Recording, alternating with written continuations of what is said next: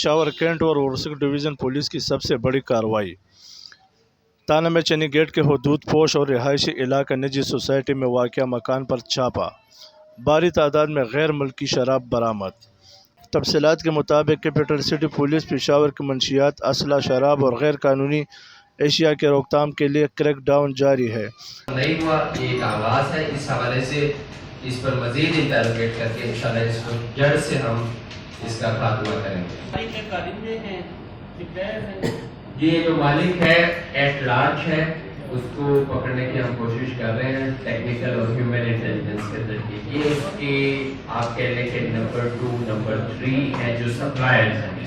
سر اس کی مالیت کیا ہے اور یہ ان کا طریقہ واردات کیا ہوتا تھا؟ جس طرح ہم نے دیکھا کہ ڈلیوری وہ اس کے ذریعے کی جاتی ہے، اور آج رکشہ جس کے دوران خفیہ انفارمیشن ملنے پر S S P operation Kashif Aftab Abbasi کی نگرانی میں ایس پی کینٹ وقاء رفیق اور ایس پی ورسک محمد ارشد نے D S P Cantt Haroon Jadoon, D S P Imtiaz Alam اور ایس ایچ او تھانہ میچنی گیٹ شیر عالم خان اور ایس ایچ او تھانہ شرقی محمد آصف کے ہمراہ کامیاب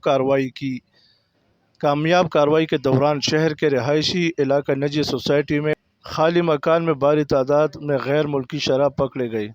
کارروائی کے دوران سب سے بڑی نیٹ ورک کے 2 ملزمان حسنین ولد محمد انور خان اور وسیم الرحمان ولد آفتاب الرحمان ساکنان مردان کو گرفتار کیا۔